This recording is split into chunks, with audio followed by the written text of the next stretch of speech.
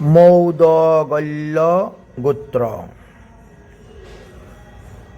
মুদগল ঋষির বংশধরদের বলা হয় মৌদগল্য গোত্র। চন্দ্রবংশীয় হর্ষাস্যের পুত্র মুদগল থেকেই তার উৎপত্তি হয়েছে। মহাভারতের চরিত্র কৃপাচার্যের এই গোত্রে জন্ম হয়েছিল। প্রবর ঋষিরা হলেন 5 জন এবং প্রবর ঋষিদের নাম হল ঔর্ব, চাবন, ভাগর্ব, আপ্লুবৎ, জামদগ্ন। তাই এই গোত্রের যারা উপনয়ন সংস্কার গ্রহণ করিয়াছেন তারা যখন যজ্ঞোপবীত তৈরি করবেন তখন 5টা পেঁয়াজ দিতে হয় সুতা দিয়ে।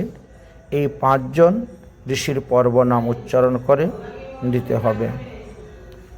তাই এই মৌদগল্য গোত্রের কথা আপনাদের নিকটে আলোচনা করলাম।